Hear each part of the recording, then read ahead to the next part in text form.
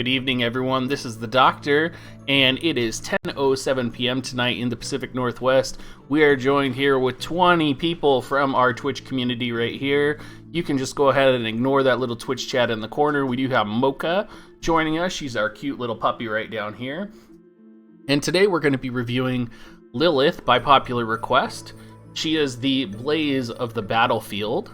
She's a fire element and SSR unit from Leonis. Her first job is Knight, her second job is Soldier, and her third job is Hunter, which is an interesting combination. She does have similar jobs to Shuzelt, and we will be drawing a comparison to Shuzelt while we're in here. Her Trust Mastery is Flame Blade, and you can see that it adds a plus fire attack onto that one. She is a very thick one, Zokar is correct. It does have HP plus 102, attack plus 114, and evasion plus 9. The attack is pretty high for a TMR, and I will say that she is pretty cool. Her master ability, which just to remind you guys, you have to be level 40 to unlock, is max HP plus 30%. And then her description is a knight who leads Leonis' 2nd Division, Calum, and is feared by the neighboring countries for her swordsmanship. She has a rough manner of speaking, but a strong sense of justice, and she cannot abandon those in need. She takes good care of Mont because he resembles the brother that she lost in battle. She does make an appearance, and you do learn about that brother in the storyline as well. And I will say she's one of the more interesting characters that shows up in the story. Again, not as interesting as Queen Helena when you really get to know her. For her max stats, you have HP 1800, which is actually a really high HP for an SSR unit. She has pretty reasonable TP and AP. Her movement is only 3, so it's not the best. Her jump is 1, again, not the best as well. That's really on the lower tier. Her luck is 160, attack 200. With her bonus from the ability board, her attack becomes plus 247. That's actually not very high in terms of attack for a unit. Normally, you would expect to see an attack a little bit higher. She does have a reasonably good dex at 144. Her speed is also really high at 48 when she's max level. So to give you some perspective, she's kind of like a fast knight, focused a little bit on survivability, attack, and critical hit. She has critical hit rate plus 21, which is an insane critical rate plus. And she has a really cool ability called Fennis Killer.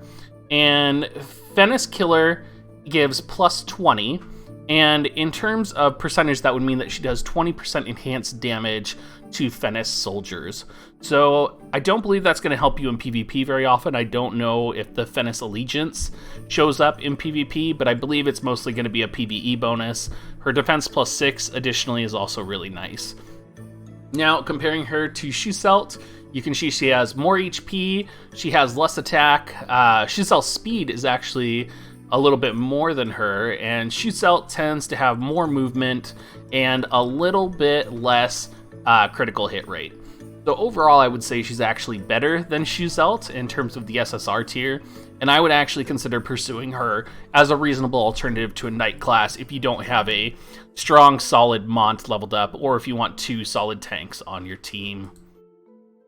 Now looking at her first abilities, her main job is going to be Knight, and most of her break attacks are going to be a 3-hit strike in front of her. And this can be really good in PvP depending on how you're positioning and aiming it, because there's a lot of times where if you position your character on the diagonal, you can still strike them with any of your break techniques, and then they actually have to move in order to attack you. And forcing them to move is actually going to turn their CT down to 0, as opposed to them just being able to attack you and use 80 CT in an action. So being able to have that flexibility for attacking on those diagonals is something not every unit has in this game, and it's going to be really critical in the future, especially when you're considering positioning with her. Again, the drawback though, her movement is 3, so you really have to know what you're doing and what the match is that you're going to be matching her up with. She does have Power Break, Sacred Boon, increases debuff resistance, Sword Guard, reduces the amount of damage taken. She has Magic Break and Speed Break, which are going to hit the enemy for on that 3 and on those diagonals. Now, Speed Break is going to be a minus speed. It's not going to be a slow effect. So keep in mind that the agility minus is always going to affect the unit less than if it was slower haste. So Speed Break, while it might sound great, isn't going to be the best of moves. She gets max HP plus level 1, you'll probably be setting this. She gets TP Break, which decreases the TP for the target. She gets Trinity Break, which deals moderate damage to the target and decreases attack, magic, and speed for 3 turns. If you're going to be using a break technique, I think that's the one I would be using. Now, Arm Break is a little bit different. It deals moderate damage to the target and has a chance to inflict disabled.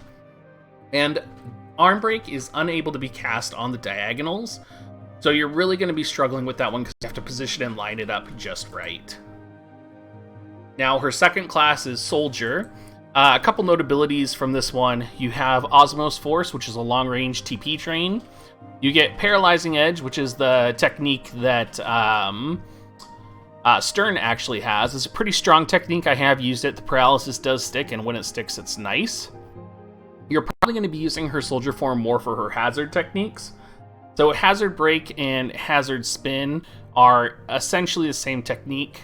She gets Hazard Spin, which will deal an area damage in a cardinal around her. Hazard Break is going to be the ability you're going to want to use the most, because you can see here, across from Hazard Break at the 5-star ability, it's a cross-shaped strike attack that has actually a quite significant range. So I think that paired with Self-Sacrifice, which increases attack significantly and decreases resistance to all attack types, is going to be her go-to melee build if you are planning on building her as a melee target. Now, if you do engage in like small quarters combat with her, she does have Hard Slash, which would deal moderate damage to the target as well. Again, I'm not sure you would use that if you have the capability to use one of her break attacks from her main class. I think you're more likely to be using her full break-esque technique than actually using the Hard Slash. You guys are all on the Chocobo kick right now, aren't you? Alright. Now, her final class is Ranger, and I think this is a little bit odd. I'm not sure if it would change the way I would build her. What I can say is she does get Hunter's Monograph, which increases accuracy and range +1. She gets Focus, which reduces cast time significantly and increases shooting attack. She gets Reflex, which gives a chance to evade attacks. I feel like if you're going to be building her for ranged attacks, you're going to have to build her for ranged attacks. If you're going to be building her for sort of a melee tank build, you're going to have to focus on that build for her. So it really depends on what you feel like you need to go for and how you want to build her. And I mean, it could be a little bit fun. She can do a whole bunch of different things. She can be useful on a few different levels. So she's a character that's versatile. And if you have her proficiencies leveled up and she is able to go into any of these jobs, you might just find a use for her in anything. Again, though, I still think you're probably not going to be putting her on Ranger very much. Honestly, I think you're just going to be sticking to Soldier Sub and going in with a melee type style.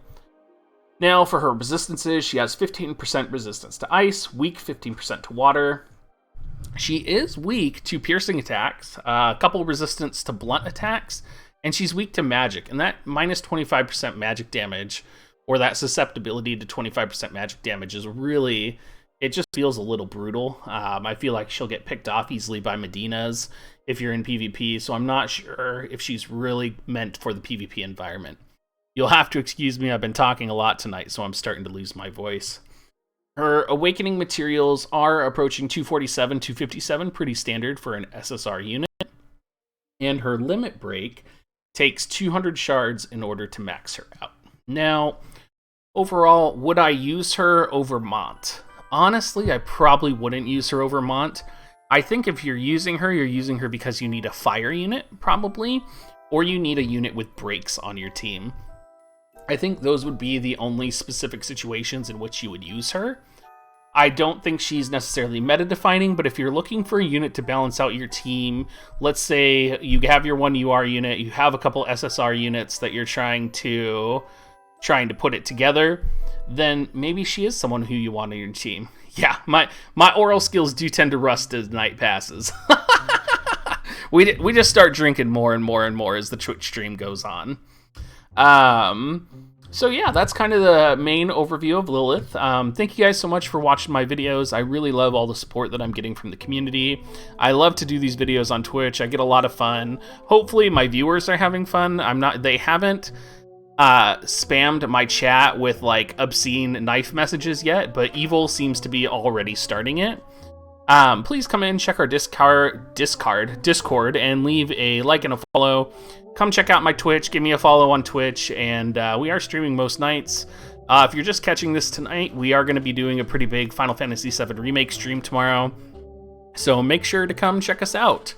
Look at Chair with the chair, you're out of here. Alright, you guys, have a good night, and hope you're all ready to have some fun with Final Fantasy VII Remake.